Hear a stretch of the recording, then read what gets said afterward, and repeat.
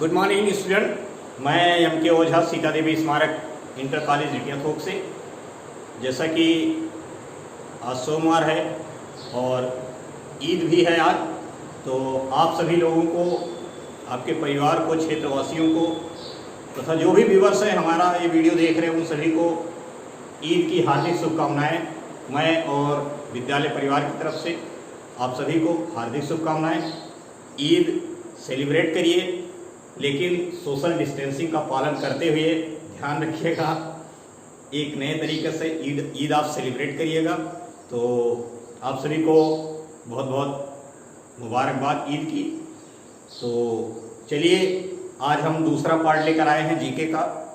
जो पहला पार्ट पहले पढ़ चुका है, तो आप उस लोगों ने उसको देखा, सराहा, काफ़ी ज़्यादा आप लाइक और व्यूज़ भी आए उसके ऊपर। तो आइए हम आज स्टार्ट करते हैं northern eastern hills of India. ये हमारा टॉपिक है, ज्योग्राफी का टॉपिक है। और ऐसे स्टेट जो 7 सिस्टर्स के नाम से जाने जाते हैं, उन स्टेट्स में से कौन कौन से स्टेट हैं। एक हमारे पास छोटी सी ट्रिक भी है इसको याद करने की, कि कैसे उस 7 सिस्टर्स को हम याद करेंगे, कौन कौन से स्टेट है जो 7 सिस्टर्स स्टेट में आते हैं। तो सबसे पहले आइए, और एक क्वेश्चन इसमें भी बनता है, यहीं से स्टार्ट होता है कि कौन सा ऐसा स्टेट है नॉर्दर्न ईस्टर्न स्टेट में जो 7 सिस्टर्स में नहीं आता है। तो सबसे पहले आप उसको ध्यान रखें, फिर हम वीडियो को आगे बढ़ाते हैं। उन 7 सिस्टर का ट्रिक बताएंगे आपको। तो सिक्किम आपका एक ऐसा स्टेट है, सिक्किम जिसकी कैपिटल आप जानते हैं कि गंगटोक है। तो सिक्किम जो है वो 7 सिस्टर्स से बाहर है, वो 7 सिस्टर्स में नहीं आता है। आइए हम आगे बढ़ते हैं और इस वीडियो को हम आगे बढ़ाते हैं। Northern eastern hills of India में कौन कौन से स्टेट हैं। नेफा के नाम से जाना जाता है, national north east frontier area. तो उसमें हमारा जो ट्रिक है वो ट्रिक है, सबसे पहले टॉपिक का नाम डालते हैं कि northern eastern hills of India. और उसमें से कौन से 7 सिस्टर्स, 7 सिस्टर्स, ये आपका टॉपिक है। इस 7 सिस्टर्स को 7 स्टेट के कौन कौन से, उनको याद कैसे करेंगे, ये हम आपको एक ट्रिक बताते हैं। ट्रिक हमारा है अम्मा,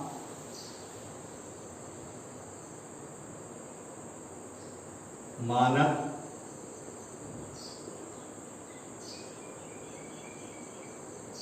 नहीं। ये ध्यान रखिएगा, अम्मा, मानक, नहीं, यही हमारा ट्रिक है। और इस ट्रिक में जो है सबसे पहला आपका जो है ये आ जाएगा यहाँ पर, इसे है अरुणाचल प्रदेश। अरुणाचल प्रदेश जिसकी कैपिटल आप जानते हैं ईटानगर है।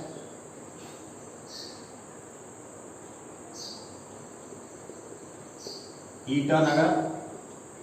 अब इस अरुणाचल प्रदेश में हम इसके साथ साथ हम जैसे हमारा टॉपिक है कि northern eastern hills of India, कौन कौन उस स्टेट में से कौन कौन से प्रमुख हिल्स हैं, तो उन हिल्स की हम बात करेंगे सबसे पहले।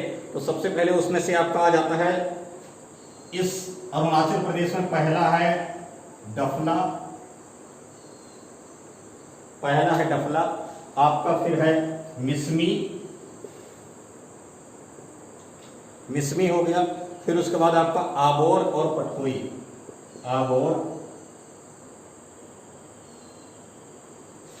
पटकोई, ये आपका ये हिल्स है जो अरुणाचल प्रदेश में पड़ते हैं। ध्यान रखिएगा।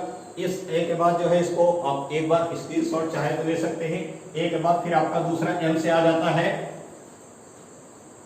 एम से आपका आ जाएगा मेघालय। और मेघालय आप जानते हैं कि इसकी कैपिटल है शिलोंग। एक चीज इंपॉर्टेंट हुआ कि मेघालय आप जानते हैं यहाँ पर चेरापूंजी और मासिनराम 2 ऐसे एरिया या क्षेत्र पड़ते हैं जो वर्ल्ड के सबसे ज्यादा वर्षा वाले स्थानों में से एक हैं। इनमें जो आपका हिल्स है वो सबसे पहले है दूसरा है आपका खासी, गारो, खासी और जयंतिया। गारो, खासी और जयंतिया, ये आपके 3 हिल्स हैं जो आपके मेघालय में पड़ते हैं। ध्यान रखिएगा, गारो, खासी और जयंतिया हिल्स में से जो खासी आपका है मासिनराम, चेरापूंजी और इसकी कैपिटल शिलोंग, ये तीनों के तीनों खासी आपकी जो हिल्स है इसी के ऊपर पड़ते हैं। इंपॉर्टेंट है, ध्यान रखिएगा कि जो शिलोंग है, मासिनराम है, चेरापूंजी है, वो आपकी जयंतिया हिल्स पर ही पड़ती है। हम आगे बढ़ते हैं। अगला आपका है इस यम से मणिपुर। मणिपुर आप जानते हैं, जैसे कि मणिपुर की कैपिटल आपकी है इम्फाल, और इसमें एक जो इंपॉर्टेंस हिल्स है उसको मणिपुर इसी स्टेट के नाम से ही है, मणिपुर हिल्स ये आपका पड़ता है। दूसरा आपका एक और हिल्स है यहाँ पर जिसको हम बोलते हैं लेमा टॉल हिल्स। तो ये बहुत ही इंपॉर्टेंट, तो आपके जो हिल्स हैं, एक मणिपुर हिल्स और दूसरा आपका लेमा टॉल हिल्स, ये 2 हिल्स याद रखिएगा। ये क्वेश्चन में सबसे ज्यादा पूछे जाते हैं, लेमा टॉल हिल्स और मणिपुर हिल्स। नाम से ही उससे है, इसलिए उस पर क्वेश्चन उतना नहीं बनते, लेकिन लेमा टॉल हिल्स पे क्वेश्चन बनते हैं। एक इंपॉर्टेंट फैक्ट इसी के साथ आप नोट कर लीजिएगा कि मणिपुर, आपको मैंने बताया था कि यहाँ पर एक वर्ल्ड का पहला फ्लोटिंग नेशनल पार्क, तैरता हुआ नेशनल पार्क है। और उस तैरता हुआ नेशनल पार्क जो है लोकटक, एक लेक है वहीं पर, लोकटक लेक के ऊपर फ्लोटिंग नेशनल पार्क बना हुआ है, जहां पर आप ध्यान रखिएगा इस लोकटक लेक, इस लोकटक लेक के ऊपर ही केबुल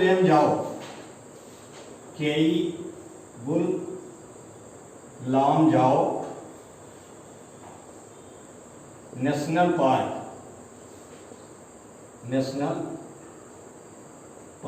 ये दुनिया का एकमात्र तैरता हुआ नेशनल पार्क है। और इसी नेशनल पार्क, इसी लोकटक झील में एक बोट के प्रकार के घर पाए जाते हैं, उनको हम फुंडी के नाम से जानते हैं, फुंडी के नाम से जाने जाते हैं, जहां पर उसी में स्कूल्स भी चलते हैं, उसी में मार्केट भी होते हैं। और वहां पर एक आपका जो है हिरण पाया जाता है इसी फुंडी के ऊपर, जो एक फुंडी से दूसरी फुंडी के ऊपर छलांग लगाते रहते हैं, घूमते रहते हैं, जिसको हम संगाई डियर के नाम से जानते हैं, संगाई हिरण के नाम से जानते हैं।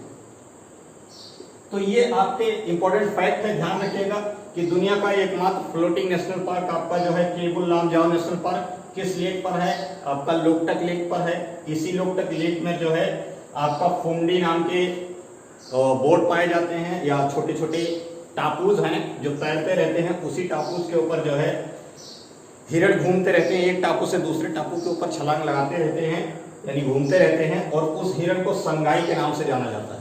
तो ये आपके इंपॉर्टेंट फैक्ट है। चलिए हम आगे बढ़ते हैं। आगे बढ़ने से पहले इस अगला जो आपका है, ये हमने बताया ए से आपका हो गया अरुणाचल प्रदेश, दूसरा एम से मेघालय, तीसरा एम से आपका मणिपुर, और अगला जो ये आपका है वो आपका असम। असम आप जानते हैं, असम जिसकी कैपिटल आप जानते हैं दिसपुर है, कैपिटल आपकी दिसपुर है, और दिसपुर आप जानते हैं कैपिटल दिसपुर है। यहां पर मिकिर रेगमा और बराइल, मिकिर रेगमा और बराइल,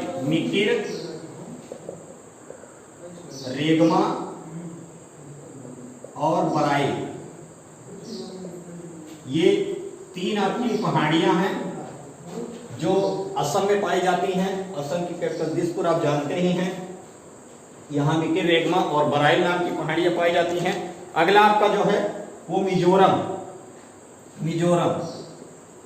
यहाँ आप जानते हैं कि अभी आप मैंने लिखा था कि अम्मा मनाती है, तो इससे आप मिजोरम हो जाएगा, इस यम से आपका मिजोरम बनेगा। तो मिजोरम मिजोरम। मिजोरम आप जानते हैं कि मिजोरम की कैपिटल आपका जो आइजोल है, आइजोल कैपिटल इसकी है आइजोल। और यहाँ पर जो पाए जाते हैं मीजो हिल्स, एक ही इंपॉर्टेंट हिल्स है बस केवल मीजो हिल्स, तो मीजो हिल्स यहाँ पर पाई जाती है, मीजो हिल्स यहाँ पर पाई जाती है। अगली आपका जो है एन से आप जानते हैं नागालैंड होता है, नागालैंड, एन से आपका नागालैंड है और नागालैंड में नागा हिल्स पाई जाती है, नागा हिल्स, नागा हिल्स पाई जाती है इस स्टेट में। और इसकी जो कैपिटल आपकी जानते हैं नागालैंड की, आप जानते हैं कोहिमा है। तो ये आपके इंपॉर्टेंट फैक्ट हो गए। अगला आपका लास्ट जो पड़ता है ये टी आप जानते हैं इन तीनों वर्ड्स में, इसमें से 3 वर्ड निकालने हैं आपको, एम, एन और टी।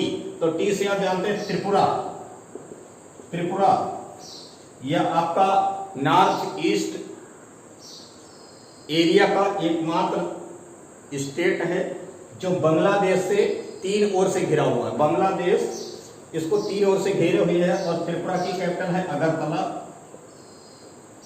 अगरतला।